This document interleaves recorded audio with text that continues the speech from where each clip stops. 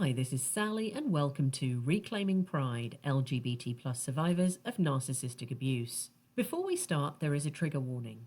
The episodes of this podcast may at times refer to domestic violence, emotional, financial, and sexual abuse.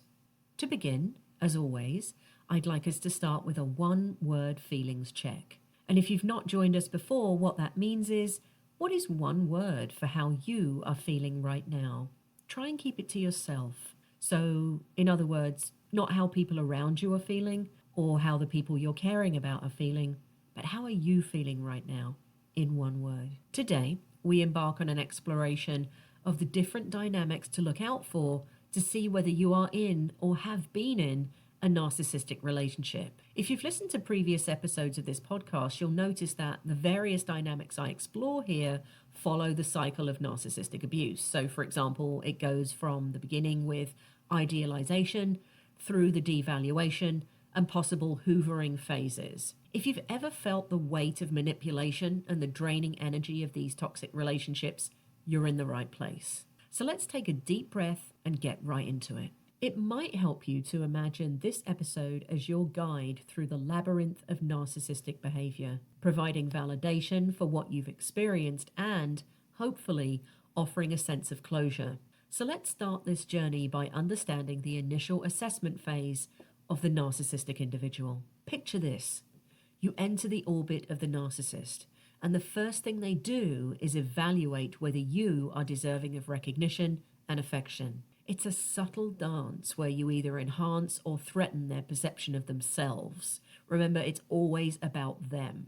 If you fall into neither category, you might find yourself dismissed or simply not acknowledged at all by the narcissist. Perhaps you've witnessed this in action. Your NPD ex-friend or family member or ex doing it to others in your company. The dismissive attitude, the projection of disdain, and the subtle attempts to control your associations with other people. Does that sound familiar to you?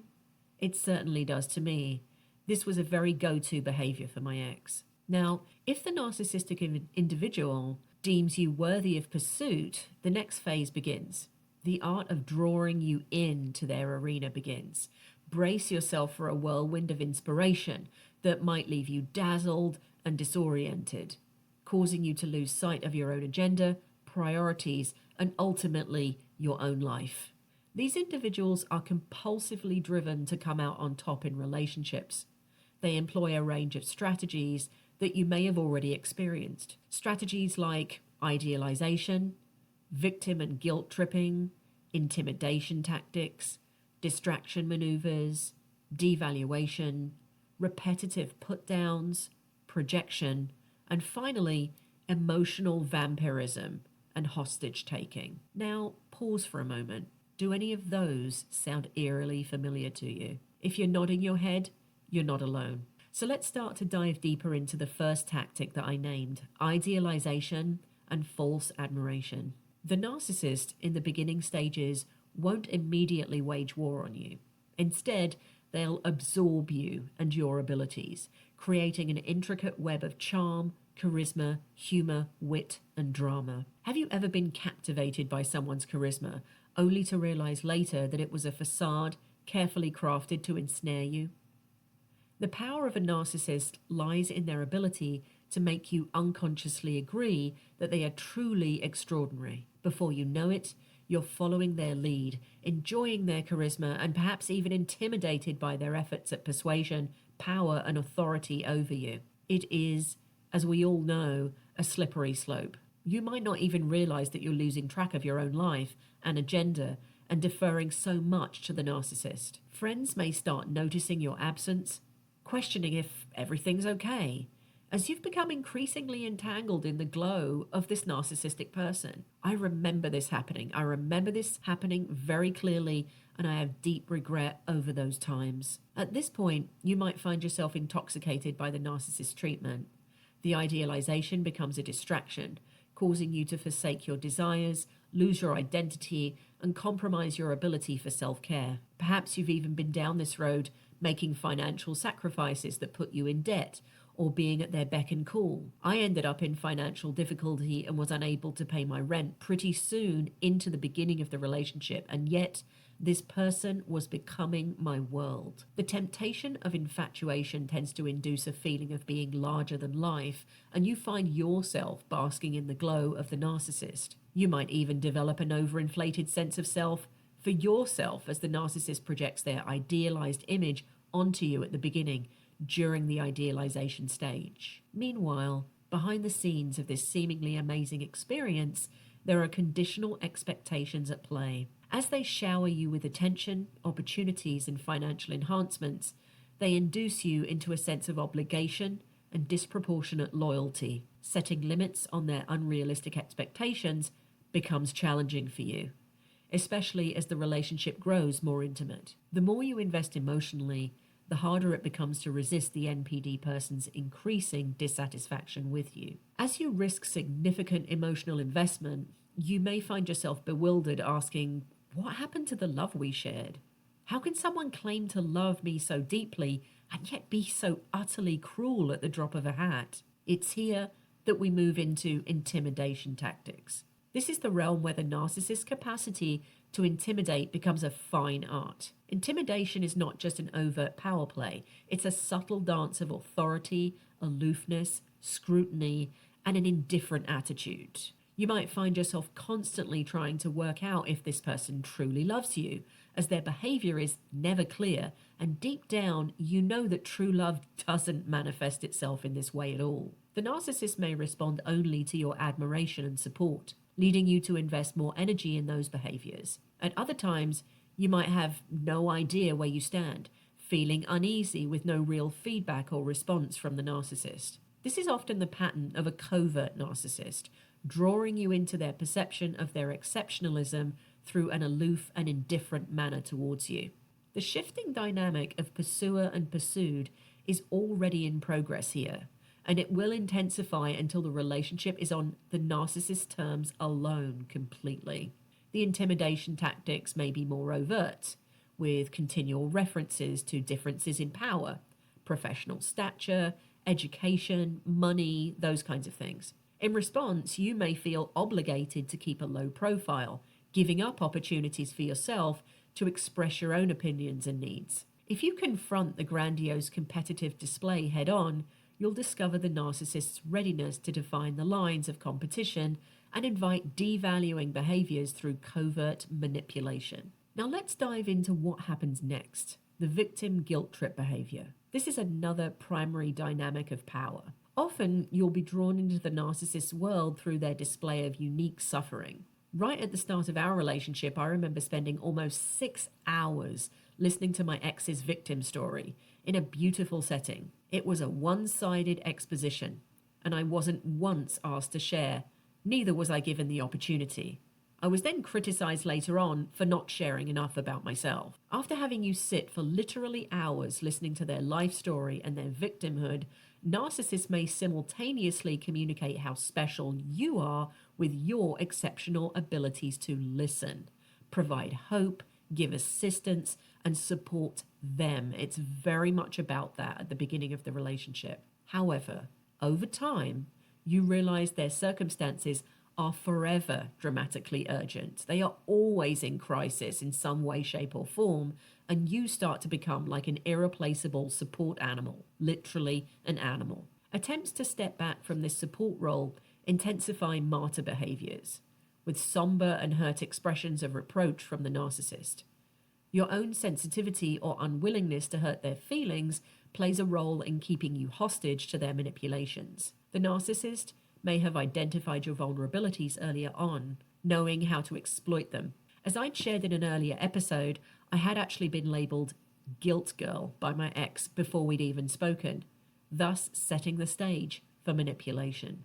So moving forward, let's explore the distraction dynamic and the narcissist's continuous knack for creating a sense of distraction. As you progress further into the relationship, you'll witness the narcissist's ability to continually shift focus away from you and those around you and center it back onto their own agenda. It's constant. The power to distract may take various forms. It could be humor, topic shifting, sarcasm, that's a common one, making catastrophic predictions, maybe subtly pitting one person against another, or creating an atmosphere of distrust, or asserting a last-minute change of mind, thus causing chaos.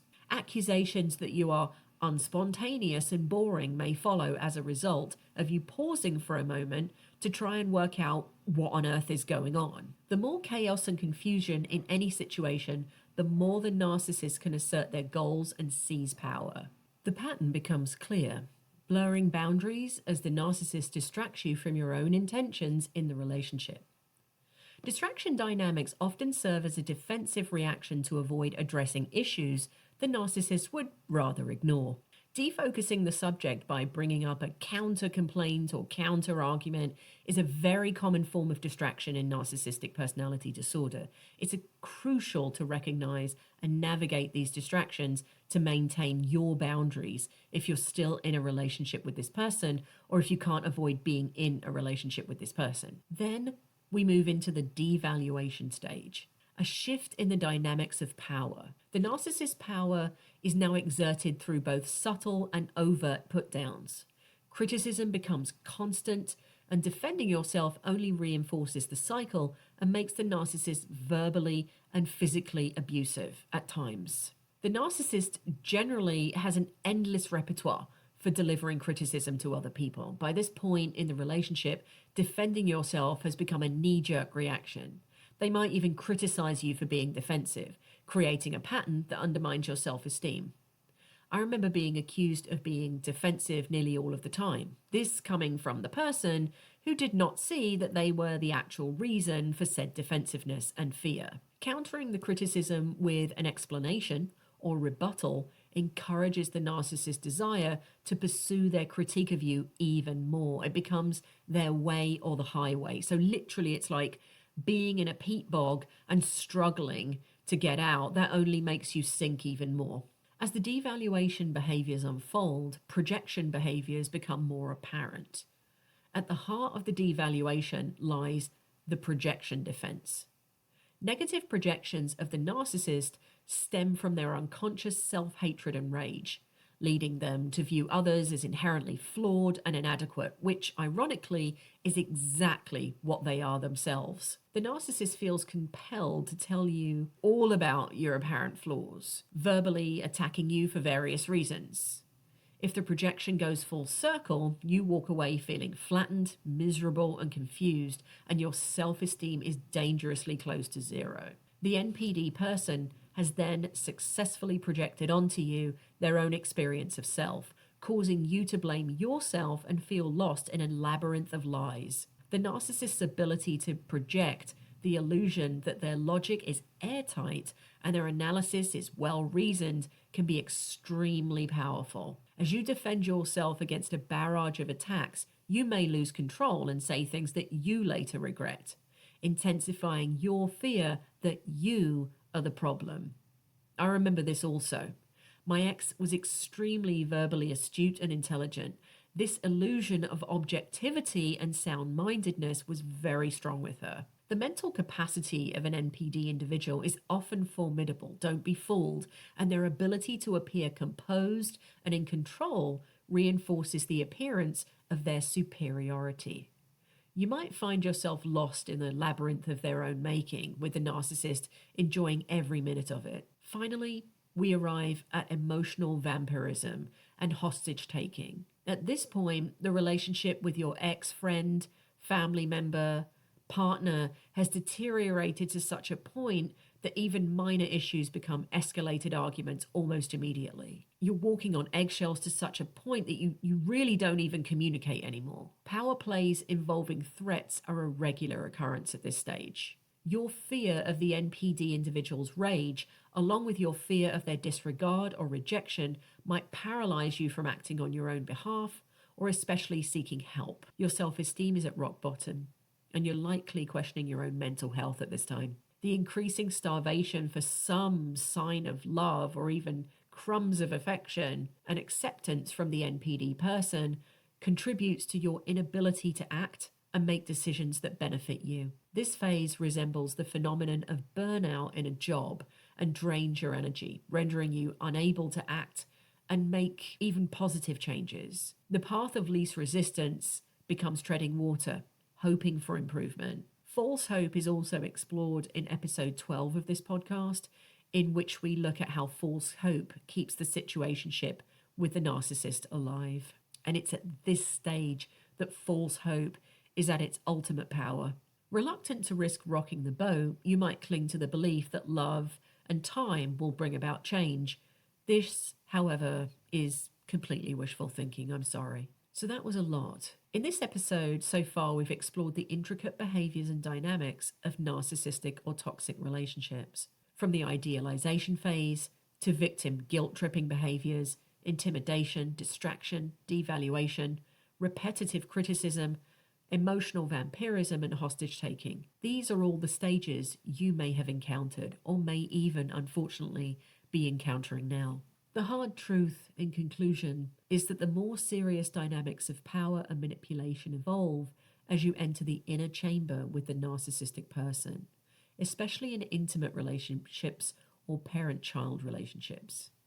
If you find yourself in a relationship with an NPD person and experiencing these behaviors, you are likely struggling to sustain self-esteem and confidence. They have a way of stealing it all from you and leaving you feeling like a shell of your former self. I remember not even liking my own company because her literal tapes about me would play inside my head constantly. It's total brainwashing. You may feel pervasive self-doubt about your own perceptions of reality, eventually becoming subject to the emotional hostage-taking dynamic. You're unable to leave, get paralyzed from acting on your own behalf if you stay. Depending on the severity of your circumstances, seeking some form of outside assistance or professional help becomes crucial for breaking free, and yet you can be very fearful of doing that. I remember that too, just very afraid, because if the person finds out that that's what you're doing, or if they know you're having counseling, they're likely to actually imagine that you're doing it because of all of the terrible issues that you have. So then if they find out that you're doing that to actually talk about the problems you have with the narcissistic person, it will cause incredible amount of trouble, and that fear can paralyze you. Remember, you are not alone in this journey. Understanding these dynamics is the first step towards reclaiming your power, reclaiming your pride.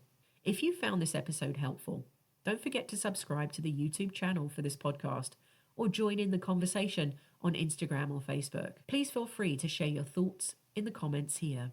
Now, let's take a break, and after that, I'll be back with a listener question. I'll see you in a moment.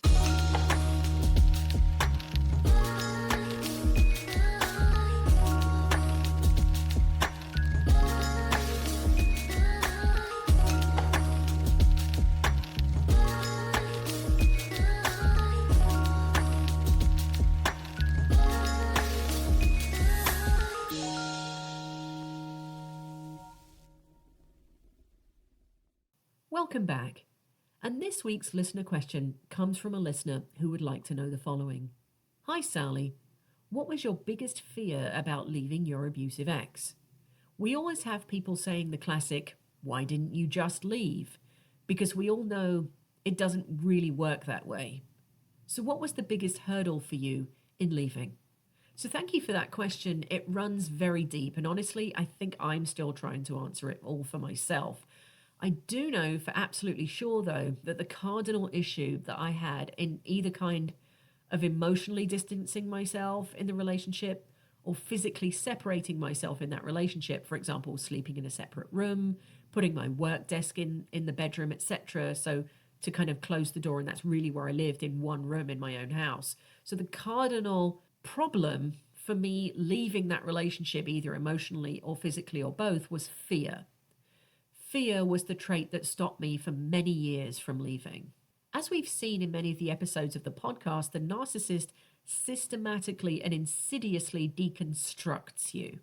They undermine your every waking moment. They make you second guess yourself. They turn you into a pariah, even in your own mind. What you have to understand is that these people are often highly intelligent. Now, don't get it twisted, though. I don't mean that they're emotionally intelligent, because their emotional intelligence is less than zero. No, I mean their IQ. Ironically, these people are actually usually very intelligent in terms of IQ. They're good with words. They can be charming. In other words, they can be completely convincing. And this is one of the ways in which I guess nature has made it so that they can protect themselves and get a mate. Over time, my ex convinced me that I was in fact this sniveling, weak, lying, pathetic imposter that she projected onto me. I see it very clearly now, even though when you're in it, it's so disturbing and toxic that you're literally brainwashed. It's like being in a cult. There's always a part of you that knows that none of this is true, but it's so hard to explain that the manipulation that they've subjected you to trumps your own sense of logic, your own sense of self, and your own sense of who you know you are. Many of us who've been in these kinds of toxic relationships lived through an extremely hard childhood. After that, we had to claw back our sense of self over many years. So once you meet one of these people and get into a relationship with them, they will literally destroy that brick by brick. They will also mock the self that you've managed to claw back from your childhood and claim it to be pathetic and illusory. Because that's what they are. They're pathetic and illusory. But you only see that afterwards. You only fully see that afterwards, never when you're in it. You are afraid of their rage. You're afraid of ramifications and retaliation. You're afraid of violence. You're afraid they'll show up at your job and embarrass you even further. You have to remember this is the worst kind of unstable person. They appear completely together and even highly respected on the outside, but they're actually very dangerous. There's so much you're afraid of in these relationships. I can't even list it all. So I think, yeah, my cardinal problem with getting out of the relationship was the overwhelming sense of fear. It's very much actually like being in a cult, like I mentioned before. And actually, I will have an episode on that in the future, as well as the escaping from a narcissistic relationship has an enormous amount of parallels to escaping from a cult. Yeah, and also you mentioned in your question, anyone who says, why didn't you just leave? Really needs to educate themselves more on what it actually means to be in an abusive relationship and the controlling, brainwashing dynamics at play. That's the only way that anybody will understand that just leaving is mostly not an option. When the relationship did eventually end, I literally had got to the point where I was so stripped down emotionally that it was almost just like going limp in a physical fight in the hopes that the person beating you will stop because they think you're unconscious. It was like that. It's at that point which I suppose some people call rock bottom that it really ended for me. That's when it really ended for me. I refused to engage with her anymore, and within 2 months, the relationship was over. I was no longer her narcissistic supply. She would need to go out and find it elsewhere. Honestly, I really hope she hasn't. So, listener, I hope that helped to maybe scratch the surface of answering this question that you had. And I chose this one particularly because I think that many of us are often asked the question, why didn't you leave? What's wrong with you? These questions are not only ignorant, to be honest, but they are also re-traumatizing. Indeed, questions like this actually often echo the abuser that we escape from. It has the same tone of, what's wrong with you? It's all in your mind. Why didn't you do XYZ? So thank you, listener, for shining a light in this area also, and for asking this question. Please note, this podcast is not intended to replace professional therapy or counseling. It serves as a supplementary resource for support and encouragement. Listeners, you are encouraged to seek professional help if needed. I did, and it works for me every day. Stay tuned, and I look forward to healing with you again next time. Bye-bye.